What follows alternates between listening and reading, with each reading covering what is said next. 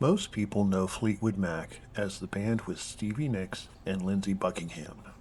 They picture Stevie Nicks at the microphone, Lindsey Buckingham bent over a guitar, Christine McVie behind a keyboard, and Mick Fleetwood and John McVie holding everything together behind them. That version of Fleetwood Mac can seem permanent.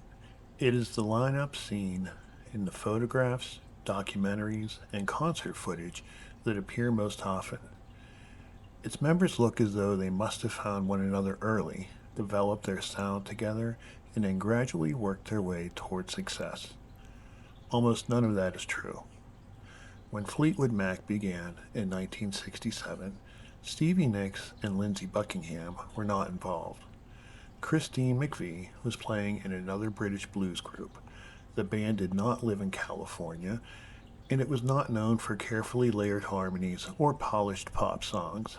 Fleetwood Mac began as a British blues band led by Peter Green, one of the most respected young guitarists in England. Within 3 years, Green was gone. During the years that followed, Fleetwood Mac lost nearly every musician who had helped establish its original identity. Guitarists arrived and disappeared. Singers came and went.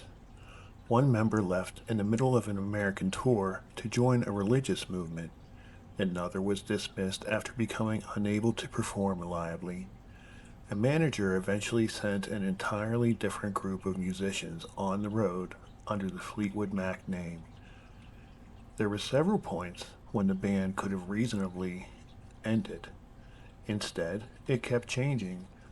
That is the story behind the Fleetwood Mac most people know.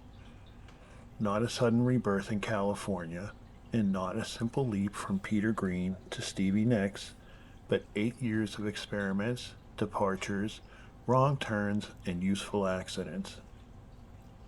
The question running through those years is fairly simple. How did Fleetwood Mac survive after losing almost every obvious version of what Fleetwood Mac was supposed to be? The answer begins with Peter Green. Peter Green had already accepted one of the least comfortable jobs in British music. In 1966, he replaced Eric Clapton in John Mayall's Blues Breakers. Clapton had become a hero to young British guitarists during his time with Mayall. His admirers had even written "Clapton is God" on walls around London. The musician who would replace him could expect to be compared with him immediately and usually unfavorably. Green did not try to become another Clapton. His guitar playing was quieter and more economical. He did not fill every open space with another run of notes. He might play a short phrase, allow it to fade, and then answer it with something even simpler. His tone was clear, but not polished. It could sound warm, wounded, or slightly distant. The emotion came partly from what he played, and partly from what he chose to leave out. Green's reputation grew quickly. Listeners who had doubted the Blues Breakers could continue without Clapton began coming specifically to hear his replacement. 2 other musicians passed through the Blues Breakers during this period. The first was bassist John McVie, who had been with John Mayall since the early 1960s. McVie was not a showy player. He provided a strong, uncomplicated foundation and generally stayed away from the front of the stage. The second was drummer Mick Fleetwood. Fleetwood was tall, expressive, and physically difficult to miss, but his drumming was more attentive than his appearance might suggest. He listened closely to the other musicians and adjusted to them. Rather than pushing every song toward the same tempo and volume, he allowed the music to move around him. Green liked the way Fleetwood and McVie played together. During a Blues Breakers recording session in 1967, Green used some available studio time to record an instrumental with the rhythm section. He called the piece Fleetwood Mac, combining Mick Fleetwood's surname with the first part of McVie. The title is partly affectionate and partly strategic. Green wanted Fleetwood and McVie in the new group he was planning. Naming the band after them, he thought, might help make the invitation attractive. Fleetwood was ready. His time with John Mayall had ended, and he was willing to take the risk. John McVie was not. The Blues Breakers provided regular work. Green's new group had no record contract, no proven audience, and no guarantee that it would last beyond a few performances. So Fleetwood Mac began without one of the two men in its name. Bob Brunning became the group's first bass player. He understood that Green still hoped McVie would eventually join, and that his own position might therefore be temporary.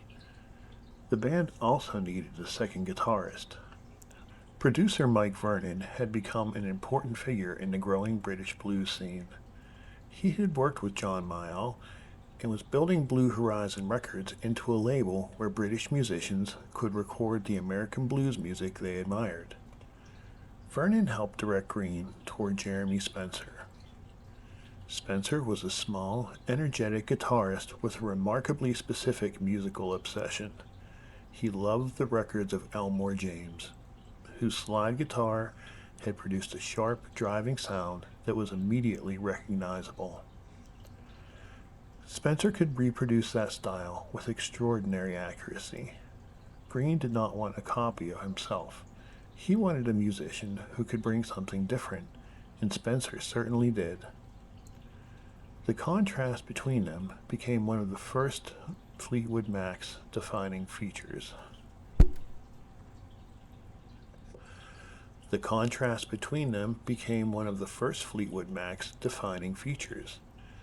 Green played with restraint. Spencer attacked his slide guitar. Green seemed inward and thoughtful.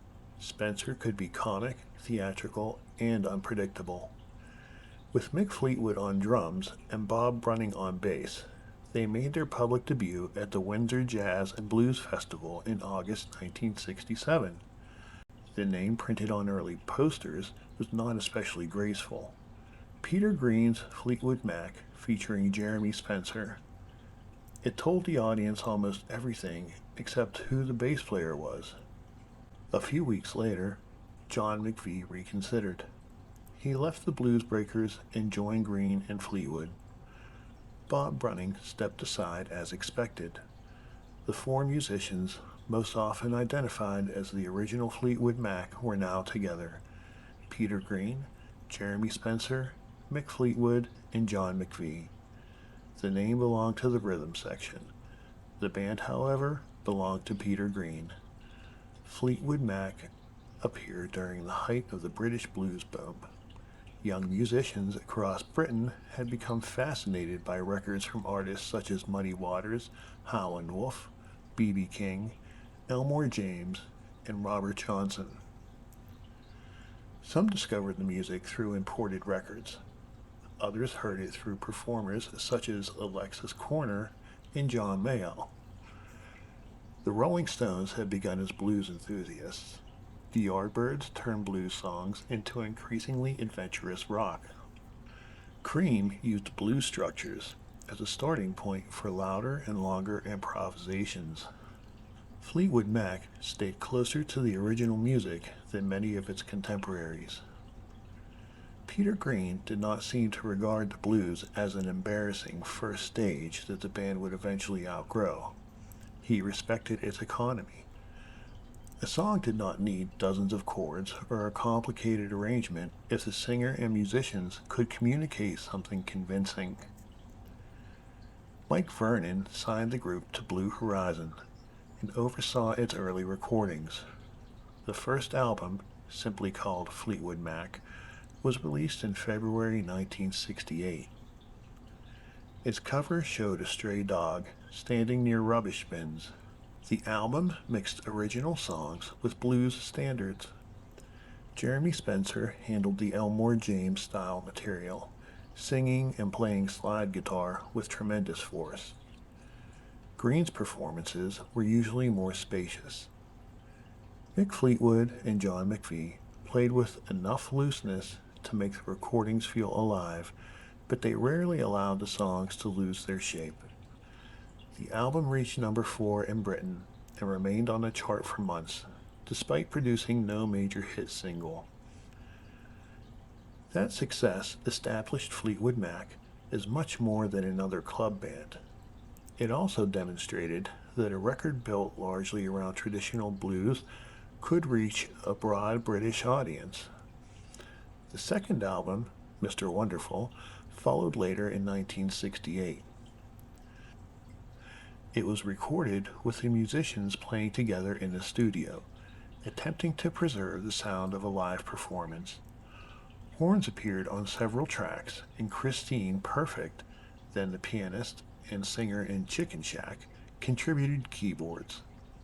The album leaned heavily into the band's established style, particularly Jeremy Spencer's devotion to Elmore James. For listeners who loved that sound, it was energetic and convincing. For those waiting to hear where Peter Green might take the band next, it could feel more limited. Green was already beginning to write songs that did not fit comfortably inside the group's original boundaries. Black Magic Woman used a familiar blues framework, but created a mood that was unusually controlled and mysterious. Green did not oversing it or turn the guitar part into a technical exhibition. The record moved with quiet tension. 2 years later, Santana would record a more famous version. That later recording would become so familiar that many listeners would not realize Peter Green had written a song for Fleetwood Mac. Need Your Love So Bad revealed another possibility. The song had been recorded earlier by Little Willie John. Fleetwood Mac's version surrounded Green's voice and guitar with a string arrangement. It was still recognizably blues, but it was also shaped as a pop record. The performance showed how effective Green could be when playing softly. His guitar did not fight the strings for attention. It entered in short, carefully placed phrases. The contrast between these records and Jeremy Spencer's harder slide guitar numbers exposed a growing difference inside the band. Spencer was exceptionally good at the music he loved. He simply had little interest in traveling far beyond it. Green wanted someone who could travel with him. He found that person in Danny Kirwan. Danny Kirwan was 18 years old when he joined Fleetwood Mac. He had been leading a young group called Boiler House, which played on some of the same bills as Fleetwood Mac. Peter Green heard him and became interested in both his playing and his potential. Kirwan was shy, serious, and intensely devoted to music. He did not have Green's experience, but he already possessed a strong melodic sense. His guitar parts could be precise without sounding mechanical, and he was interested in creating atmosphere rather than simply reproducing established blues patterns. When Boiler House began to fall apart, Green invited Kirwan into Fleetwood Mac. The result was a band with 3 guitarists who had very little in common. Jeremy Spencer remained the Elmore James specialist and the group's comic performer. Danny Kirwan was the nervous young craftsman, still developing as a songwriter, but capable of intricate guitar work. Peter Green remained the leader, but he now had a musical partner who could follow him into less familiar territory. One of their first great achievements together was Albatross. The record did not resemble a standard Fleetwood Mac performance. There was no lead vocal. There was no obvious blues progression and no large guitar solo. The rhythm moved slowly, almost like gentle water. Green played a simple descending phrase, while Kirwan added answering parts around him. McFleetwood used brushes and soft percussion rather than driving the music forward. John McVie's bass provided just enough movement to prevent the record from becoming motionless. Jeremy Spencer had little role because his style did not fit the piece. Released near the end of 1968, Albatross reached number 1 in Britain. A quiet guitar instrumental had become Fleetwood Mac's biggest hit. Its success confirmed that the audience would accept music far removed from the traditional blues of the first album. It also encouraged Green and Kirwan to continue experimenting. The band's next major songs sounded almost as though they came from different groups. Man of the World was a restrained confession of loneliness. Its narrator seemed to have achieved the life other people wanted while finding little comfort in it. The sadness was not hidden beneath the loud arrangement. Green sang plainly, making the song more unsettled than it would have been if he had tried to dramatize every line. Oh Well opened with a hard stop-and-start guitar figure and a dry, self-deprecating vocal. Then the record changed direction completely. Its second section became a long instrumental built from acoustic guitar, cello, recorder, and percussion. It was essentially two pieces joined together, one direct and forceful, the other slow and cinematic. The Green Manalishi would later move even further into heavy, troubled music. Between those records came the album Then Play On. Released in 1969, it was the clearest evidence that Fleetwood Mac could no longer be described simply as a traditional blues group. Green and Kirwan supplied most of the material. Their guitars moved around one another rather than merely taking turns. Some tracks remained connected to the blues. Others approached folk, hard rock, psychedelia, or instrumental mood music. Jeremy Spencer was still a member, but he contributed little to the album. The creative center had shifted toward Green and Kirwan. The album's history became complicated by the way records were assembled differently in Britain and the United States. Singles were sometimes left off British albums because buyers were not expected to pay twice for the same music. American labels were more willing to add a successful single to an album, remove another song, or rearrange the running order. As Oh Well became a hit, it was inserted into later versions of Then Play On, while other tracks disappeared. A listener buying the album in one country might not receive quite the same Fleetwood Mac record as someone buying it elsewhere. The group was also changing labels and moving away from Blue Horizon. Its final deep engagement with traditional American blues came during sessions in Chicago with musicians including Willie Dixon and Otis Spann. Those recordings showed how much Fleetwood Mac still respected the music that had formed it.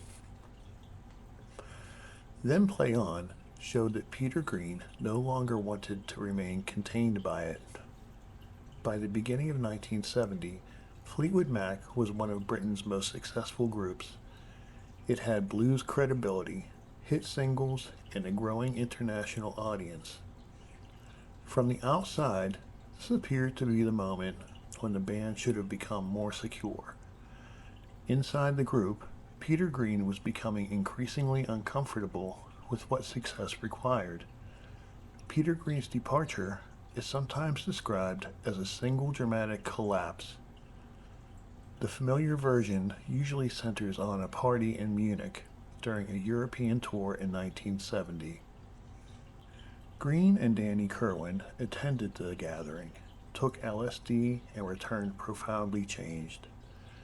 In the simplest retellings, Peter Green entered the house as one person and left it as another. That is too neat. The Munich party did happen, although the details varied depending on who was remembering it. People close to the band later believed that Green's behavior became more troubling after the experience. Others questioned whether one evening had been assigned too much importance because it provided a convenient beginning to a far more complicated story. Green had been changing before Munich. He was deeply uneasy about money. As Fleetwood Mac became successful, he began questioning why musicians should become wealthy while other people lacked basic necessities. He urged the band to give away much of its income. The other members resisted, not necessarily because they opposed helping people, but because they viewed the proposal as impractical. Their careers were uncertain. They had families and expenses. Success in music could vanish quickly, as several of them were about to discover. Green also seemed increasingly uncomfortable with his position as the group's leader.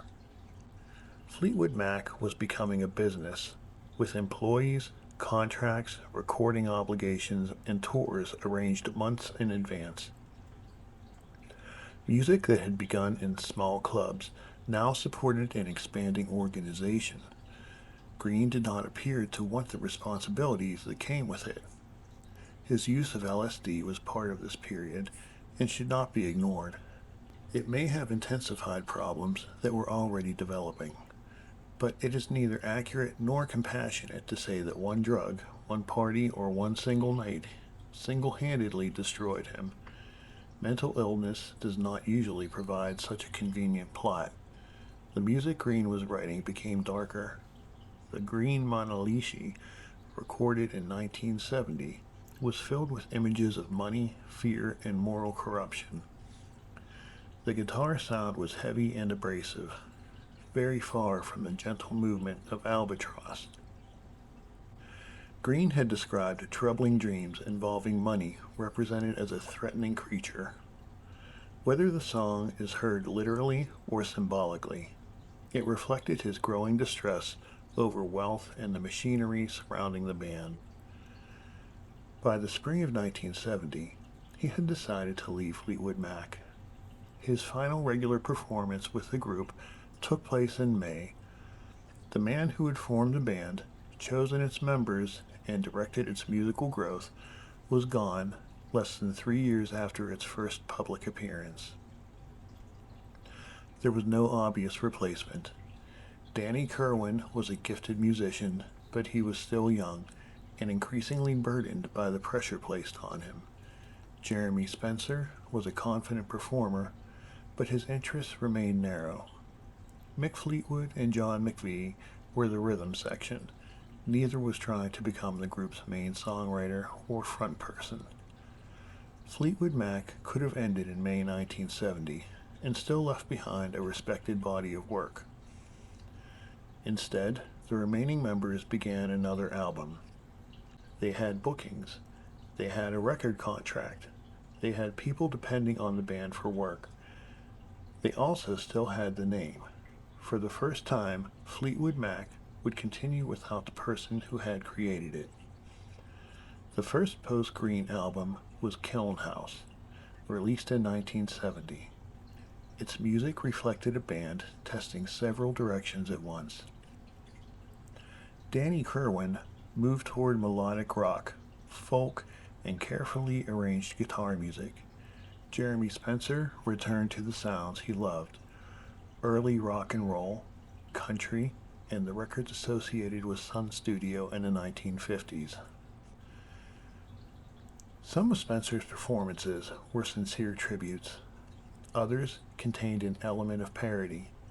He had long entertained audiences with imitations, jokes, and exaggerated characters, and that side of him remained present. Without Peter Green, there was no longer one dominant writer bringing the album together. The result was uneven, but it was not pointless. Kiln House demonstrated that Fleetwood Mac did not intend to hire a Peter Green imitator and recreate its previous records. The group would use the musicians it still had and see what kind of band they could become. Christine McVie helped them make that transition, even before she officially joined. She had been born Christine Perfect and had studied art before becoming part of the British blues scene. As a member of Chicken Shack, she played piano and sang with a calm, bluesy voice that was strong without being theatrical. She knew Fleetwood Mac through shared concerts and through Blue Horizon. She had contributed piano to earlier sessions and had become particularly familiar with the band after marrying John McVie in 1968. During the making of Kiln House, Christine added keyboards and backing vocals. She was not yet listed as a full member. She also designed the album's cover. Her contribution filled an obvious space. Fleetwood Mac had been built around guitars. A keyboard allowed the arrangements to widen without requiring another lead guitarist. Christine's voice also gave the band a color it had never possessed. Most importantly, she could write songs. Christine formally joined Fleetwood Mac after the album was completed and learned the existing live material for the next tour. Her presence did not instantly solve the group's problems, but it made continuation more practical. The band now had another singer, another instrumentalist, and another potential source of songs. Mick Fleetwood later described her as a kind of glue. That description can sound sentimental, but it also makes practical sense. Fleetwood Mac needed someone who could enter an unstable situation without making it more unstable. Christine McVie was unusually good at that. The revised band left for another American tour in early 1971. Then Jeremy Spencer disappeared. He left the group's hotel in Los Angeles and reportedly said he was going out to buy a magazine. When he failed to return, the other members became alarmed. They searched. Hospitals were contacted. Police became involved. Eventually, they learned that Spencer had joined the Children of God, a religious movement that was recruiting young people in California. Spencer had been unhappy and spiritually unsettled. Members of the movement offered him a different life, and he chose to leave Fleetwood Mac immediately rather than return to the tour. His decision was startling, but it should not be treated as a comedy about a foolish musician joining a strange group. Spencer was an adult making a serious religious choice. The movement itself would later become deeply controversial, but the immediate problem facing Fleetwood Mac was simpler. The band had a tour to complete and no lead guitarist. Once again, they called Peter Green. Green agreed to return temporarily, but this was not a conventional reunion. He had no intention of walking back into his old role or performing an evening of Fleetwood Mac's best-known songs as though the previous year had not happened. He brought musician Nigel Watson with him and favored long improvisations and newer material. The arrangement allowed the band to complete its remaining obligations. Then Green left again. Within 9 months, Fleetwood Mac had lost both of the guitarists who had stood at the front of its original lineup. Danny Kirwan remained, but the band needed help. The next person invited into Fleetwood Mac had never rehearsed with them, had never lived in Britain, and did not come from the British blues tradition. His name was Bob Welch. Bob Welch was living in Paris when Fleetwood Mac contacted him.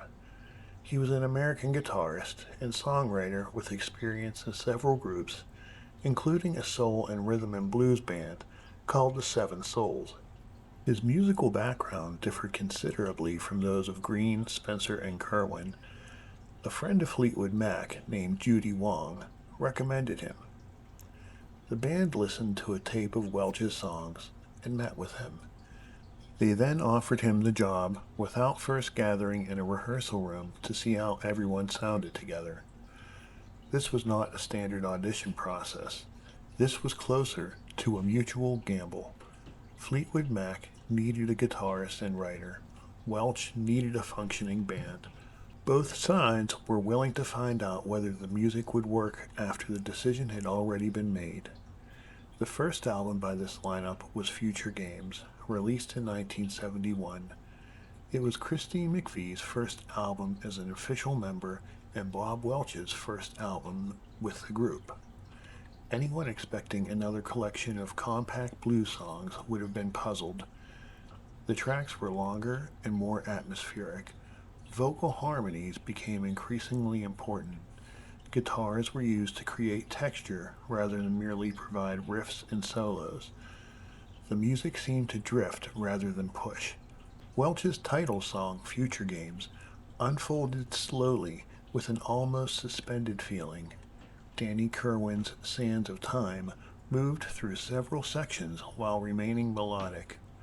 Christine McVie's keyboards helped connect the instruments and voices. The album did little in Britain.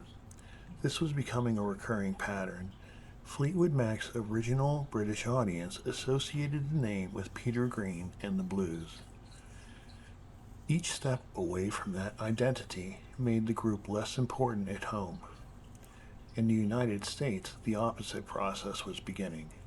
The group did not suddenly become a major attraction, but American listeners were growing more receptive to album-oriented rock. FM stations could play longer tracks that would never work as 3-minute singles. Fleetwood Mac also toured America relentlessly. The band played theaters, college campuses, and medium-sized halls. It developed pockets of loyal listeners who followed its albums even when the singles received little attention. This slow American growth would eventually determine where Fleetwood Mac lived and worked. For the moment, the band continued in Britain and made Bare Trees. Released in 1972, the album showed how much each of the three writers had developed. Danny Kirwan contributed the title song, Child of Mine, Sunny Side of Heaven, and Dust. His music could be energetic, but its strongest quality was often its sense of melancholy. Even instrumental passages seemed emotionally specific. Christine McVie wrote Spare Me a Little of Your Love, one of the clearest early examples of the direct melodic style that would later become essential to Fleetwood Mac. The song did not require an elaborate story. It built its effect from a warm vocal, a strong refrain, and a feeling almost anyone could understand. Bob Welch contributed Sentimental Lady. He would record a more commercially successful version during his solo career, with assistance from several former bandmates. On Bare Trees, the song already showed his instinct for soft edges, melodic guitar, and a slightly dreamlike atmosphere. These albums were not failed attempts to find the later Fleetwood Mac sound. No one knew what that later sound would be. They were functioning records made by a real version of the band, one that was developing a character of its own. The problem was Danny Kirwan. Kirwan had joined Fleetwood Mac as a teenager and spent the next several years recording, writing, and touring almost continuously. After Green left, a large part of the group's musical responsibility fell onto him.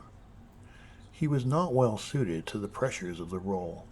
His drinking increased. He became isolated, unpredictable, and increasingly difficult to reach. The other musicians knew he was struggling, but they did not fully understand what was happening or how to help him. Before a concert during the 1972 American tour, the situation finally broke open. Accounts differ in some details. The basic sequence is consistent. Kirwan became angry backstage, reportedly during an argument involving the tuning of the guitars.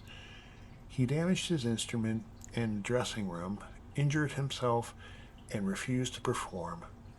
The other four musicians went on without him, attempting to cover arrangements that had been built around two guitars and several voices. After the show, Kirwan criticized the performance. The band dismissed him. It is easy to reduce the story to one violent outburst. As with Peter Green, the visible incident was the end of a longer deterioration. Mick Fleetwood later spoke of the decision less as punishment than as acknowledgement that Kirwan could no longer continue with them. That did not make the outcome less sad. By the end of 1972, all three guitarists from Fleetwood Mac's celebrated 1969 lineup were gone. Peter Green had left in 1970. Jeremy Spencer had disappeared during the 1971 tour. Danny Kirwan was dismissed in 1972. The band that had once seemed to possess too many guitarists now needed to find another one. It hired two new members instead. Bob Weston joined as the new guitarist. He was an accomplished slide player who had worked with Long John Baldry and was familiar with the British blues circuit. His style could fit material connected to the band's past, but he was also adaptable enough to play its newer songs. Dave Walker joined as a singer. Walker had performed with Savoy Brown and possessed a rough, forceful voice.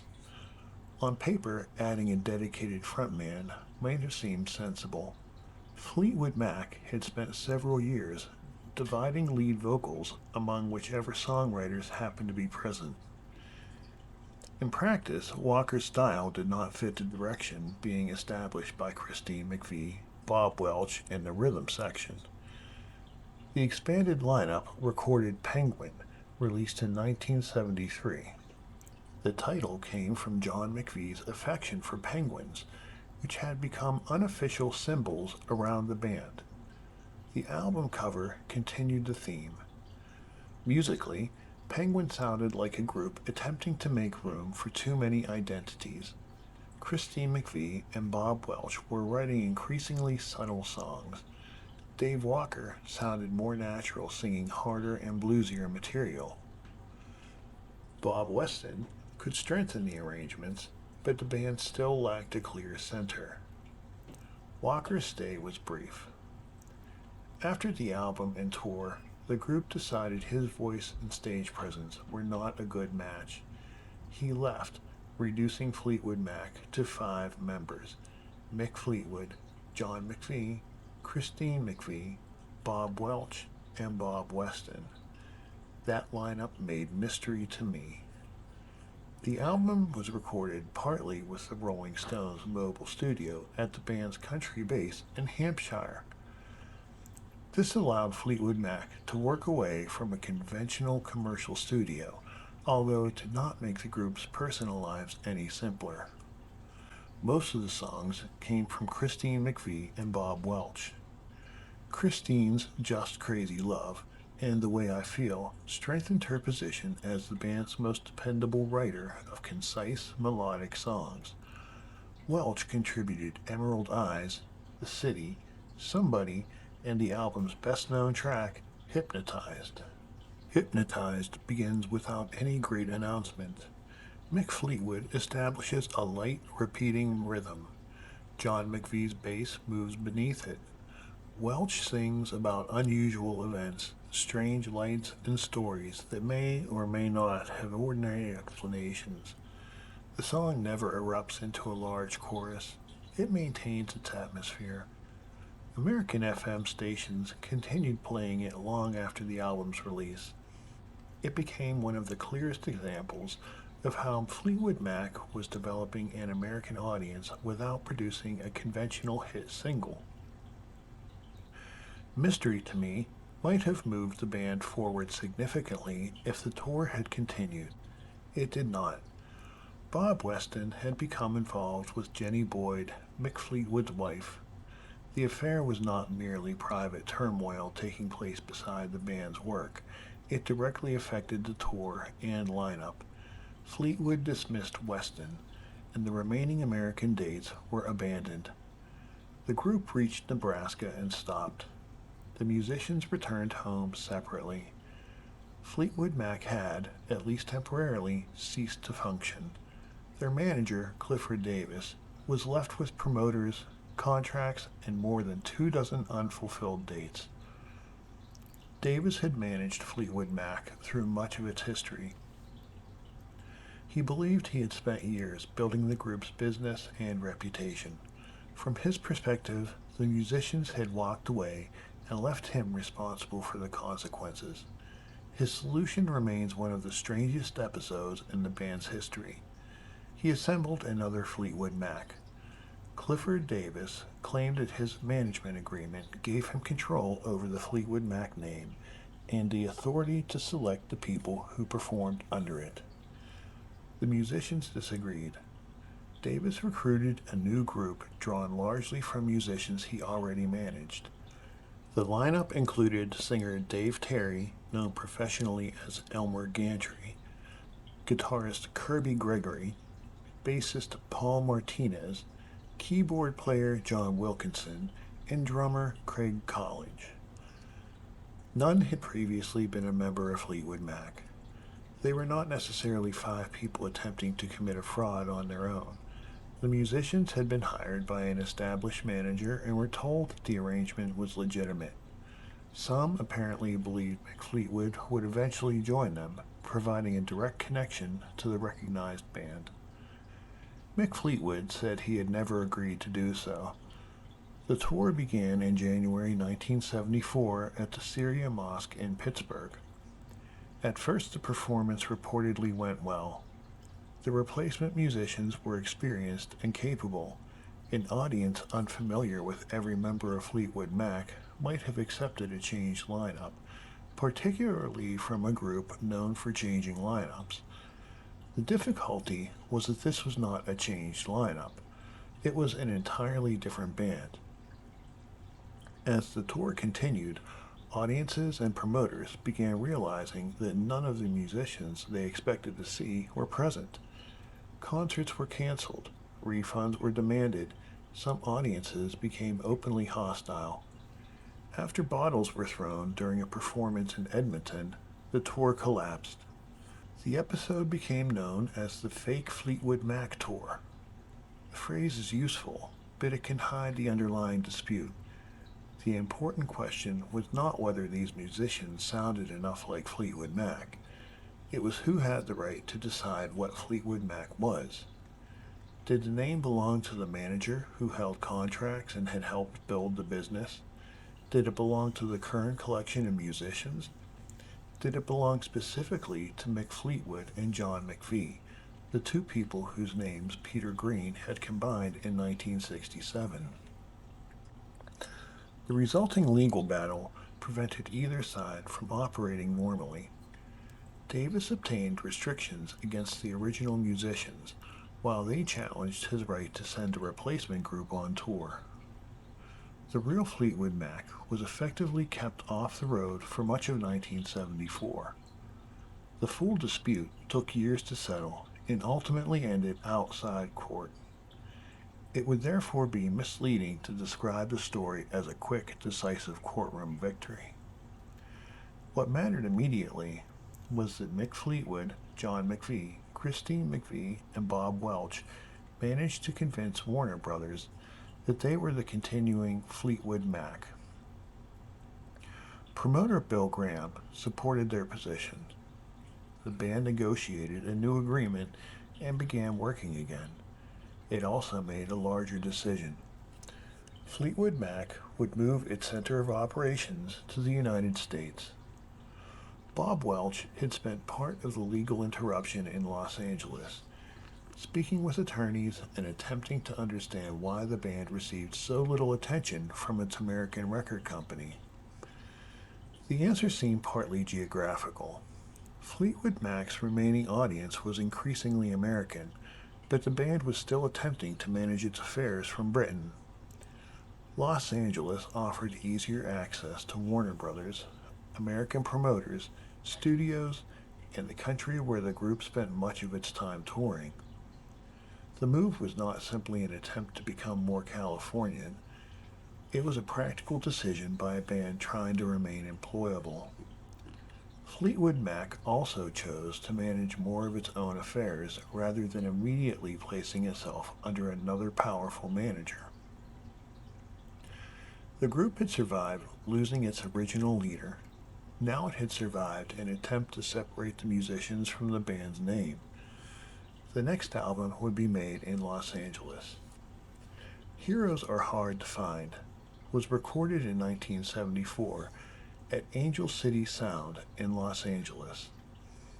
It was Fleetwood Mac's first studio album recorded in the United States, and its first made with only one guitarist.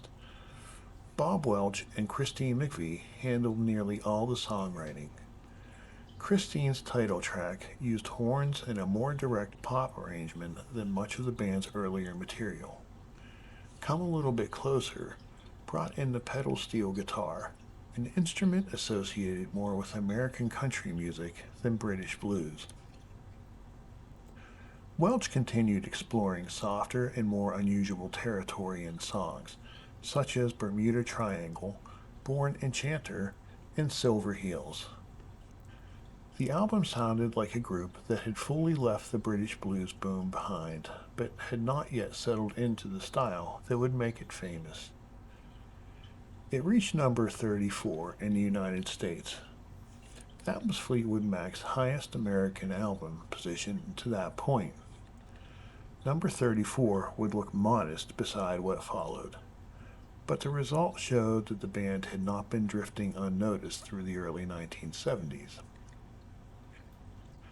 Its American audience had been growing through the years of touring, radio play, and gradual word of mouth.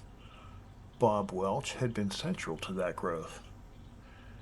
He had joined at one of the Fleetwood Mac's most uncertain moments. His writing helped move the group toward melodic American rock. His background made the transition to Los Angeles easier, and his persistence during the Clifford Davis dispute helped the band regain control of its career. By the end of 1974, Welch was tired. The repeated tours, personal changes, and legal arguments had taken their toll. He decided to leave and later described the separation as friendly. He went on to form the harder rock group Paris and then built a successful solo career. His later recording of Sentimental Lady would include contributions from Mick Fleetwood, Christine McVie, and Lindsey Buckingham.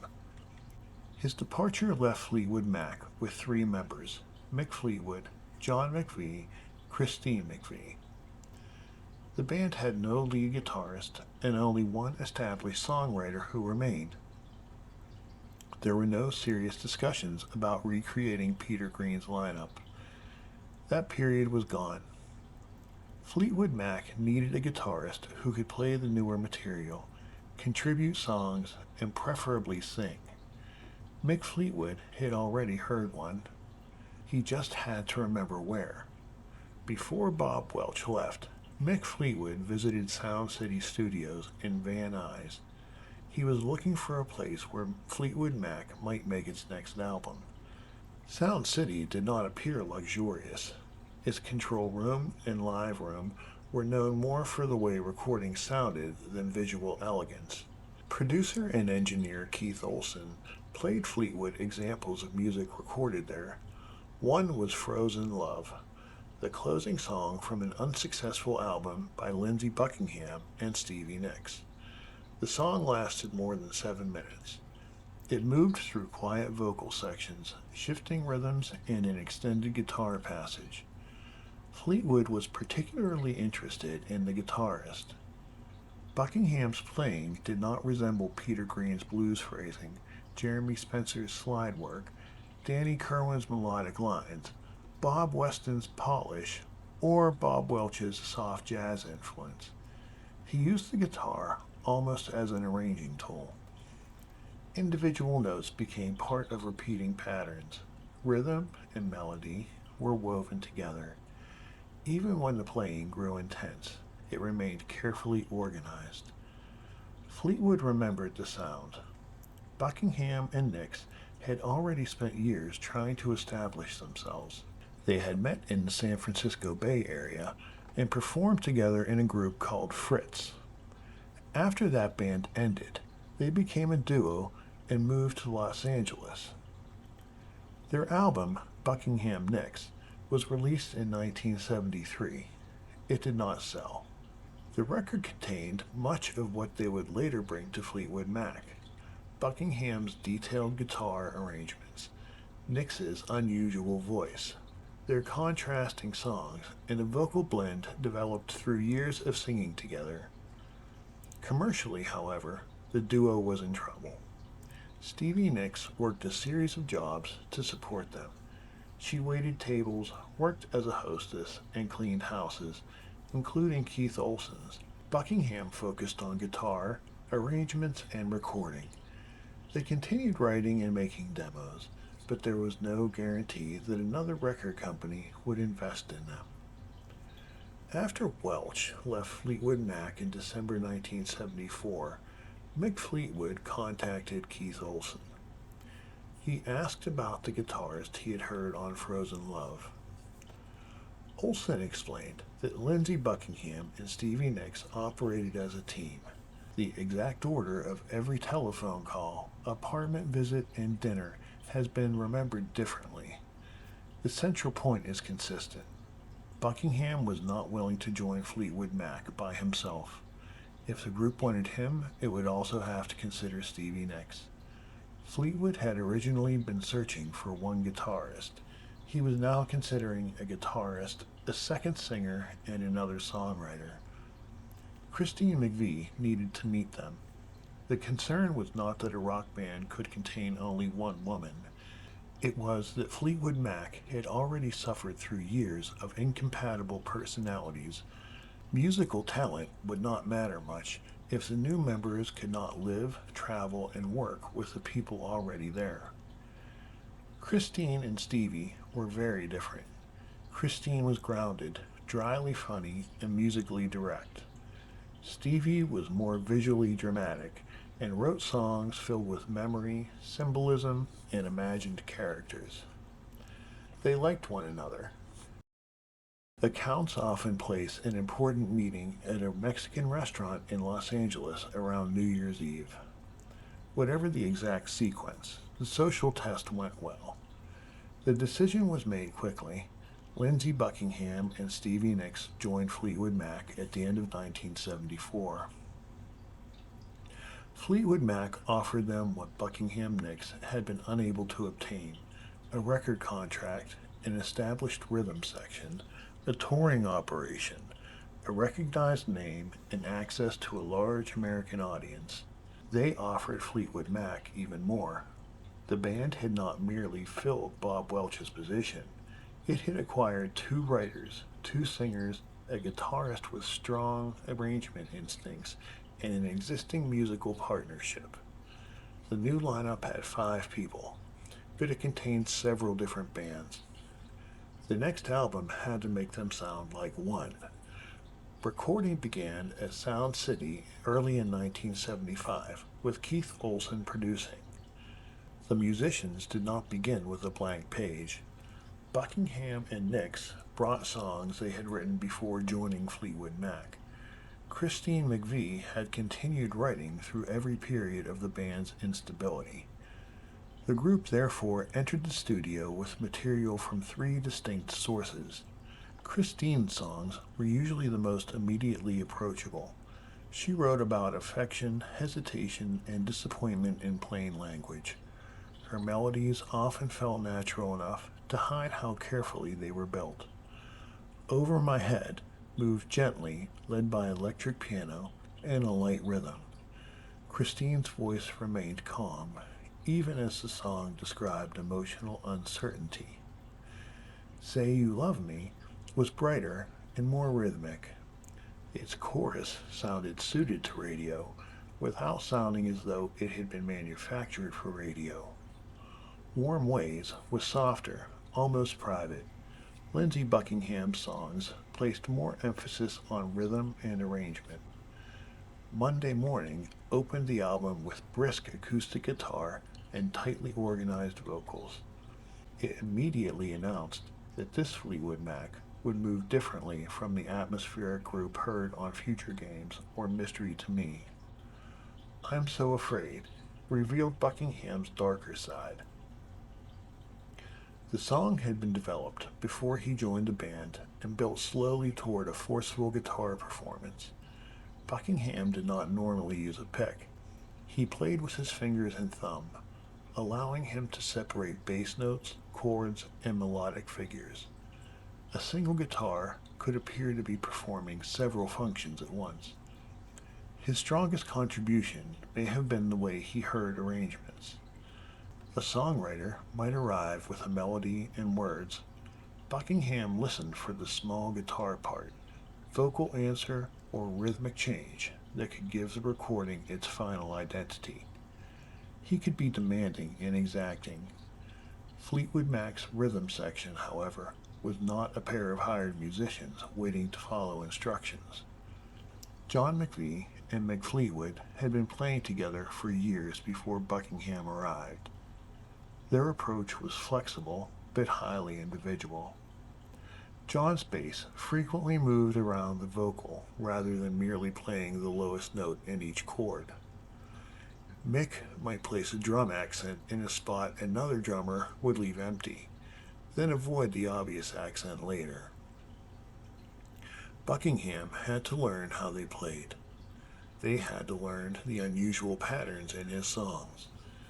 That adjustment is one reason the 1975 album does not sound like a second Buckingham Nicks record with a different rhythm section. The older members changed the new songs, just as Buckingham and Nicks changed Fleetwood Mac. Stevie Nicks brought a third type of writing. Her songs often seemed to begin in the middle of a larger story. Rhiannon was inspired initially by a character name Nicks encountered in a novel. She later learned about the Welsh mythological figure associated with the name and expanded her interest in it. The song, recorded by Fleetwood Mac, was controlled and relatively compact. On stage, it would grow more intense as the new lineup toured. Landslide was quieter. Nicks had written it during a period when she was questioning whether she and Buckingham could continue pursuing music. The song did not require the full force of the band. Buckingham's acoustic guitar and Nicks's voice carried most of it. Crystal provided an interesting link to their past. Nicks wrote the song and Buckingham sang lead. They had already recorded it for Buckingham Nicks' album before bringing it into Fleetwood Mac. The group did not divide itself into three isolated camps. Buckingham helped arrange songs written by Christine and Stevie. Christine supplied keyboards and vocal parts throughout the album. Mick and John gave each writer the same recognizable foundation. The voices created another important change. Earlier Fleetwood Mac lineups had used harmony, particularly during the Bob Welch years. The new group could build harmonies from three strongly contrasting singers. Christine's voice was warm and centered. Buckingham's was sharper and more urgent. Nicks's was lower, rougher, and immediately identifiable. Together, they could make a chorus sound larger without requiring dozens of overdubs. World Turning, credited to Buckingham and Christine McVie, also connected the album to the group's beginning. Its title and basic idea reached back toward The World Keep On Turning, a blues song Peter Green had performed on the first Fleetwood Mac album. The new recording did not attempt to reproduce the old one. It took a small part of Fleetwood Mac's history and rebuilt it around Buckingham's guitar, the McVie Fleetwood rhythm section, and a new vocal combination. That was how this lineup handled the past. It did not deny it. It did not live inside it. The completed album was called Fleetwood Mac. It was the second Fleetwood Mac album with that title. The first had introduced Peter Green's British blues group in 1968. The second introduced an Anglo-American band with three songwriters in 1975. Using the same name made the transformation easier to see. The new lineup began touring in May 1975, before the album was released. Its first shows included new songs alongside material from early Fleetwood Mac records. Buckingham performed Oh Well, connecting the California lineup to Peter Green's band without attempting to impersonate Green. The album was released in the United States in July. It did not immediately race to number one. That later impression is created by viewing the record from the other side of its success. In real time, the rise was gradual. Over My Head became the first American single. Radio stations began adding it, and it moved into the top 20. Rhiannon followed in 1976. The studio recording introduced the song, but live performances gave it additional force. Nix's stage presence helped make her the most immediately recognizable member of the new lineup. Say You Love Me became another hit. Each single brought more listeners to the album. The tour returned to cities where the group had previously played smaller halls. Audiences grew.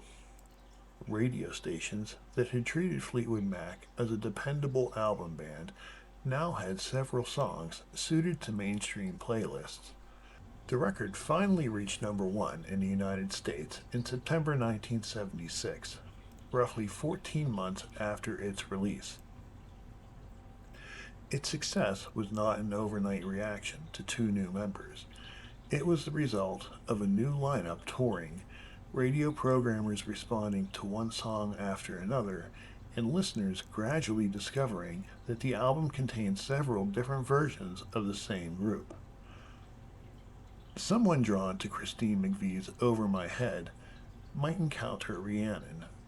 Someone who bought the album for Stevie Nicks might discover Monday Morning.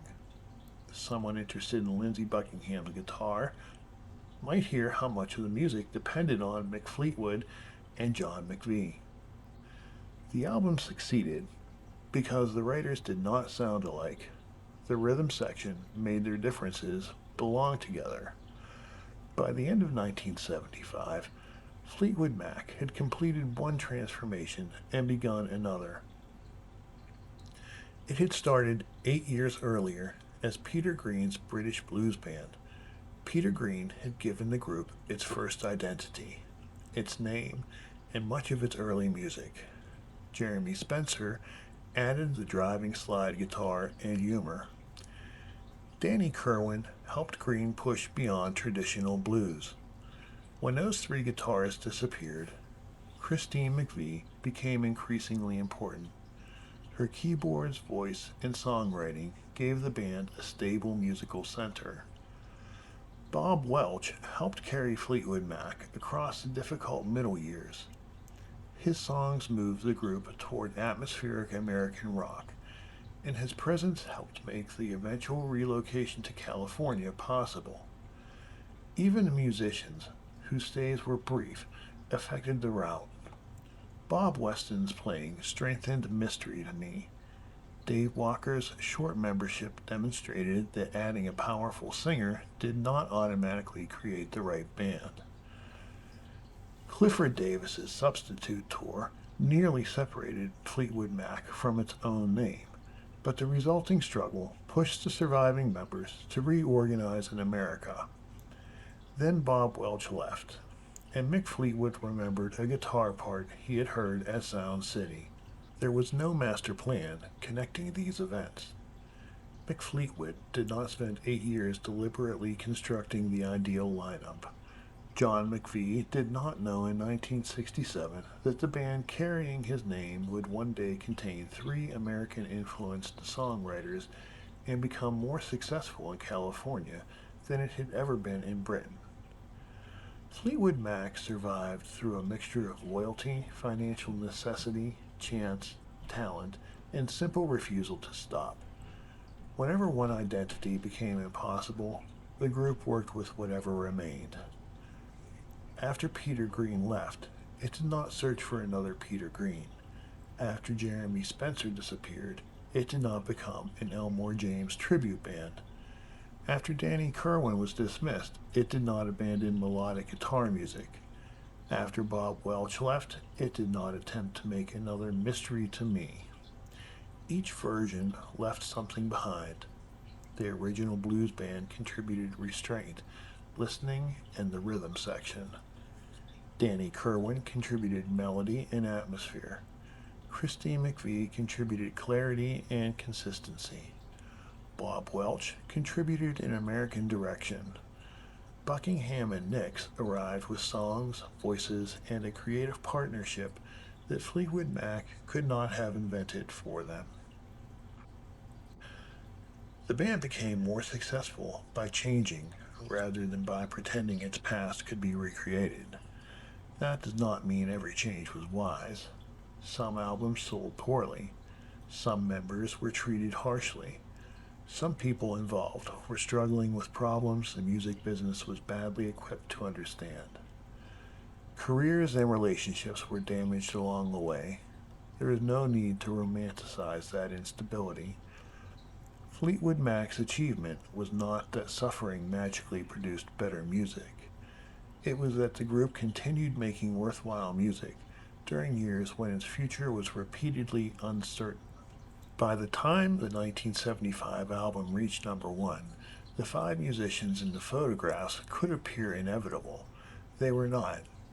They were the latest Fleetwood Mac. They were simply the first version whose success was large enough to make much of the earlier journey disappear behind it. Soon, the relationships inside the new lineup would begin to strain. The next record would be made under pressures that produced the most familiar stories in Fleetwood Mac history. But that is another part of the story. Before Rumours, before the stadiums, and before the band became permanently associated with five particular faces, Fleetwood Mac had already survived nearly everything that should have ended it. Its most consistent quality was not a singer, a guitarist, or even a particular style of music. It was the ability to become something else without entirely ceasing to be Fleetwood Mac. If you enjoyed this look back at Fleetwood Mac's early history, please subscribe to my channel and give this video a like. Thank you so much, and we'll see you next time.